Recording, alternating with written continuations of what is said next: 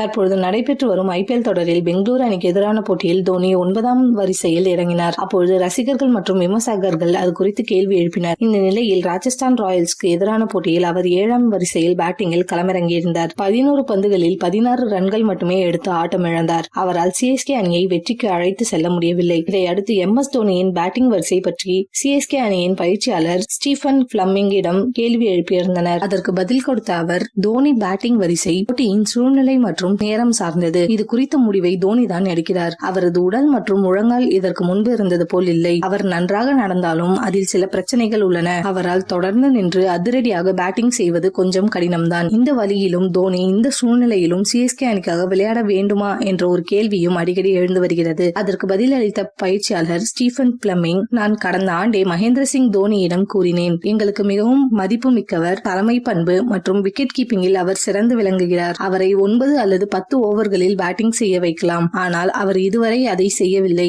அவர் 13 அல்லது 14வது ஓவரில் இருந்து பேட்டிங் செய்ய முற்படுகிறார். களத்தில் யார் இருக்கிறார் என்பதை வைத்து அவர் அந்த முடிவை எடுக்கிறார் என்றார் ஸ்டீபன் பிளமிங்.